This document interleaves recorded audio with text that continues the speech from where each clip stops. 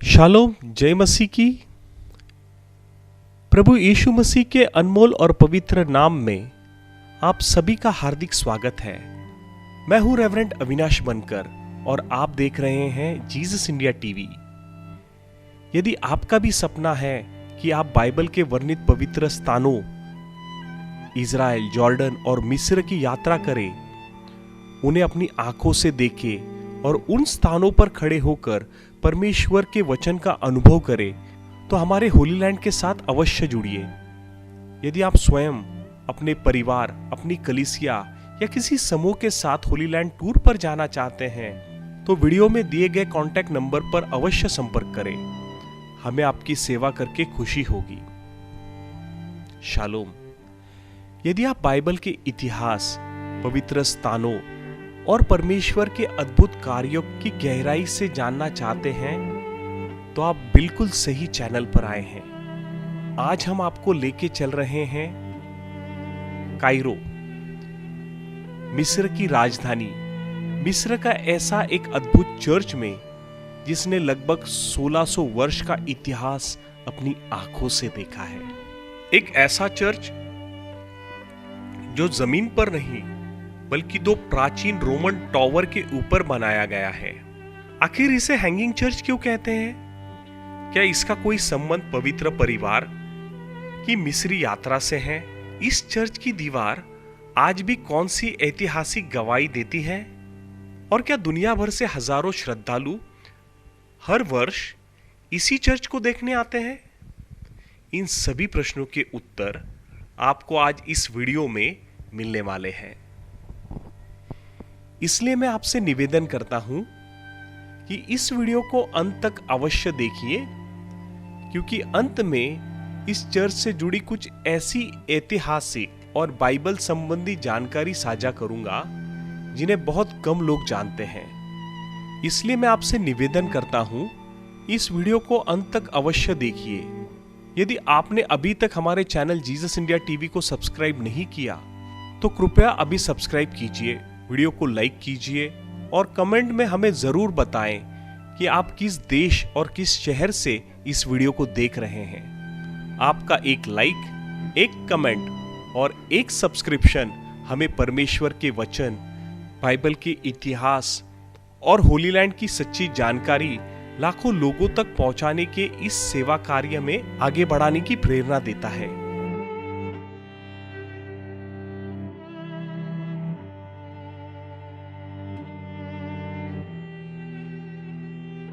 तो आइए बिना समय गवाए चलते हैं मिस्र के कायरो में स्थित इस अद्भुत और ऐतिहासिक हैंगिंग चर्च की यात्रा पर। पहली बार जब कोई इस चर्च को देखता है तो उसके मन में एक ही सवाल आता है, आखिर इसका नाम हैंगिंग चर्च क्यों पड़ा? क्या यह सचमुच हवा में लटका हुआ है? इस चर्च का वास्तविक नाम है Saint Virgin Mary's Coptic Orthodox Church, लेकिन इसे हैंगिंग चर्च इसलिए कहा जाता है क्योंकि यह जमीन पर नहीं बल्कि एक प्राचीन रोमन किले बेबीलोन फोर्ट्रेस के दो विशाल टॉवर के ऊपर बनाया गया है। जब आप इसके प्रवेश द्वार से अंदर जाते हैं तो आपको पहले सीढ़ियां चढ़नी पड़ती है। जैसे आप ऊपर पहुंचते हैं, ऐसा महसूस होता है मानो चर्च धरती से ऊपर उठा हुआ है। यही कारण है सदियों से लोग इसे हैंगिंग चर्च कहते हैं। अब प्रश्न यह है कि यह चर्च कितना पुराना है।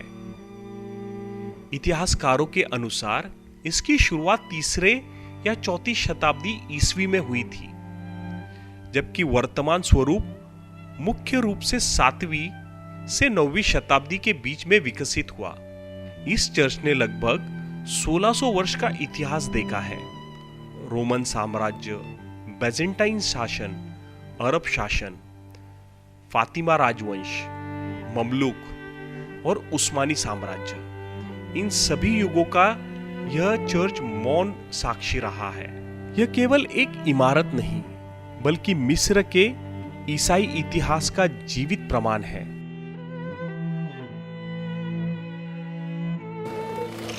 एक पिलर यहाँ पर है, दूसरा वहाँ पर है, बराबर में देख नहीं सकते, लेकिन ये 2 पिलर के ऊपर इतना बड़ा चर्च बनाया गया है। Yeah. You just take photos here. You come outside. I will show you the column that Mother Mary had got the vision next to it outside here. Sure. And then 3:10 we all met downstairs. So I would like to light a candle, pray. We got around 10 minutes here. दोस्तों, ये church अपनी केवल वास्तुकला के कारण प्रसिद्ध नहीं है, बल्कि कॉप्टिक चर्च के इतिहास में भी इसका विशेष स्थान है। कई शताब्दी तक कॉप्टिक ऑर्थोडॉक्स चर्च के पोप यहीं से अपने पूर्ण महत्वपूर्ण निर्णय लिया करते थे। यह चर्च एक समय कॉप्टिक चर्च का मुख्य प्रशासनिक और आध्यात्मिक केंद्र भी रहा। अब आइए इसकी वास्तुकला को समझते हैं। जब आप चर्च के भीतर प्रवेश करते हैं तो सबसे पहले लकड़ी की सुंदर छत दिखाई देती है। कहा जाता है कि इसकी बनावट नूह के जहाज की याद दिलाती है। यह प्रतीक हमें याद दिलाता है जल प्रलय में नूह का जहाज लोगों के लिए उद्धार का साधन बना, वैसे ही मसीह की कलीसिया संसार के बीच उद्धार का संदेश लेकर खड़ी है। चर्च के अंदर आपको संगमरमर के सुंदर स्तंभ दिखाई देंगे। परंपरा के अनुसार कुछ लोग मानते हैं कि बाहर स्तंभ यीशु के 12 प्रेरितों का प्रतीक है।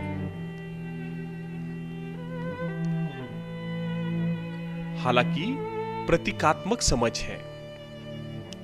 ऐतिहासिक रूप से सभी स्तंभों का मूल निर्माण एक ही समय का नहीं माना जाता। इस चर्च की सबसे बड़ी विशेषताओं में से एक इसका प्राचीन आइकॉन। यहाँ वर्जिन मरियम, प्रभु यीशु मसीह और संतों के सैकड़ों वर्षों पुराना आइकॉन सुरक्षित रखा है। इनमें से कई आइकॉन 8वीं, 9वीं और 10वीं शताब्दी के माने जाते हैं। इन चित्रों को देखकर ऐसे लगता है मानो इतिहास स्वयं हमारे सामने खड़ा हो। दोस्तों, यदि आपने ध्यान दिया हो तो इस चर्च का स्थान भी अत्यंत महत्वपूर्ण है। यह चर्च ओल्ड कायरो में स्थित है, जहां एक ही क्षेत्र में ईसाई, यहूदी और इस्लामी इतिहास की महत्वपूर्ण धरोहर मिलती है। यही पास में Holy Family church, Abu Serga church, Ben Ezra synagogue और कई अन्य प्राचीन स्थल भी हैं। इस कारण यह पूरा क्षेत्र विश्व भर के तीर्थ यात्रियों के लिए अत्यंत महत्वपूर्ण माना जाता है। अब एक महत्वपूर्ण प्रश्न, क्या प्रभु यीशु कभी इस चर्च में आए थे? उत्तर है नहीं। यह चर्च प्रभु यीशु के समय के बाद बनाया गया, लेकिन कॉप्टिक परंपरा के अनुसार जब राजा हेरोदेस ने बालक यीशु को मारने का प्रयास किया, तब यूसुफ, मरियम और बालक यीशु मिस्र आए। उनकी मिस्र यात्रा से जुड़े कई स्थान इस क्षेत्र में परंपरागत रूप से सम्मानित किए जाते हैं। इसी कारण ओल्ड कायरो का यह पूरा क्षेत्र ईसाइयों के लिए अत्यंत पवित्र माना जाता है। आज भी हर वर्ष दुनिया भर से हजारों श्रद्धालु इस चर्च में प्रार्थना करने आते हैं। वे केवल इसकी सुंदरता देखने नहीं आते, बल्कि उस जीवन विश्वास का अनुभव करते हैं जिसने सदियों तक अनेक कठिनाइयों के बीच अपने अस्तित्व को बनाया रखा। जब आप इस चर्च में खड़े होते हो तो ऐसा लगता है जैसे समय ठहर गया हो। पत्थर की दीवारें, लकड़ी की छत, प्राचीन आइकन, मोमबत्तियों की रोशनी और प्रार्थना का शांत वातावरण आपको प्रारंभिक कलीसिया के दिन की याद दिलाता है। प्रिय मित्रों, Okay, so as I mentioned, the church is famous because a vision happened to Mother Mary in here. So what is this vision about? इधर जो मरियम थी, यीशु मसीह की जो माँ थी, उसको यहाँ पर दर्शन मिला था। तो क्या दर्शन था, हम इसके बारे में सुनेंगे। Yeah, because there is a miracle happened through this church. ये जो चर्च है, इसके द्वारा एक बहुत बड़ा चमत्कार हुआ था। Almost 800 AD, the ruler of Egypt, the ruler of Egypt, he asked the Pope or the Patriarch for the Christians to prove the Bible for them. 800 AD में, मतलब 800 साल में यहाँ पर जो क्रिश्चियन थे, उनको कहा गया था कि बाइबल जो है, जो बताती है, वो प्रूव करके देखो कि वो सत्य है।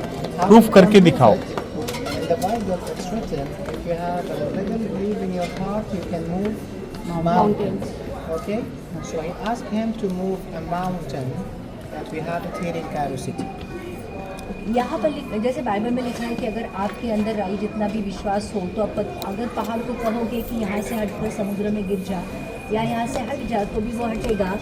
तो वो पोप को कहा गया था, यहाँ के जो इजिप्ट का जो राजा था, उसने कि सच में तुम्हारी बाइबल अगर सच्ची है, तो तुम्हारे विश्वास के द्वारा जो पहाड़ है उसको हटा कर दिखाओ। So what happened, as we see in the picture, the Pope he came to pray here inside the church. ये चर्च में ये पोप है जो प्रार्थना करने के लिए आते हैं, Mother Mary came to him in a vision और जो मदर मेरी है वो उनको दर्शन देती है, and she pointed to someone. और वो उनको एक जन को दिखाती है। This is the man who got the belief in his heart to move the mountain. ये जो आदमी है, इसके अंदर इतना विश्वास था कि वो एक पहाड़ को भी हिला सकता था। And how he gonna know him? He walked to transfer water. So usually that jars of water all the time with him. तो कैसे पता चलेगा? क्योंकि ये जो एक पानी डालने वाला व्यक्ति था, जो हमेशा उसके पास देखो जार दिखते हैं पानी के। He found him and then they all moved to the mountain. और फिर ये पोप है, ये मदर मेरी के दर्शन के द्वारा इसको ढूंढते हैं। Yeah, with all the crosses in their hands. और फिर वो सारे लोग एक पहाड़ के पास आते हैं, सबके हाथ में क्रॉस है। And then they pray and there is an earthquake happens so the mountain actually moved. तो फिर ये सब लोग प्रार्थना करते हैं और वहाँ पे बहुत बड़ा भूकंप होता है और वो पहाड़ सच में हिल जाता है। So this is called the miracle of the mountain moved and it was happened through this church. तो ये इसको कहते हैं कि पहाड़ को हिलाने वाला चमत्कार जो इस चर्च में हुआ, वो इस चर्च में दर्शन के द्वारा हुआ। And we can see that mountain. When we are going to the museum, I will show it for you. तो ये वो जो पहाड़ हिलाया गया था वो अभी भी है, तो उसको हम देख सकते हैं जब हम म्यूजियम जाएंगे, जब वो And even right now, in the mountain, there is a famous church called Saint Simon, which is this man. तो वो जो पहाड़ है उसके ऊपर एक चर्च है जिसको कहा जाता है सेंट साइमन चर्च, जो वो व्यक्ति है जिसके विश्वास के द्वारा वो पहाड़ है। Okay? हैंगिंग चर्च हमें केवल इतिहास नहीं सिखाता, यह हमें भी सिखाता है कि परिस्थितियां चाहे कितनी भी बदल जाए, परमेश्वर की कलीसिया बनी रहती है। साम्राज्य आए, साम्राज्य चले गए, शासक बदले, लेकिन परमेश्वर का कार्य चलता रहा। यह इस चर्च का सबसे बड़ा संदेश है। यदि आप कायरो जाने का अवसर मिले तो ऐसा ऐतिहासिक चर्च अवश्य देखें। यह केवल पत्थरों से बनी इमारत नहीं, बल्कि लगभग 16 सदियों से जीवित विश्वास की एक अद्भुत गवाही है। धन्यवाद। परमेश्वर आपको आशीष दे। जय मसीह की।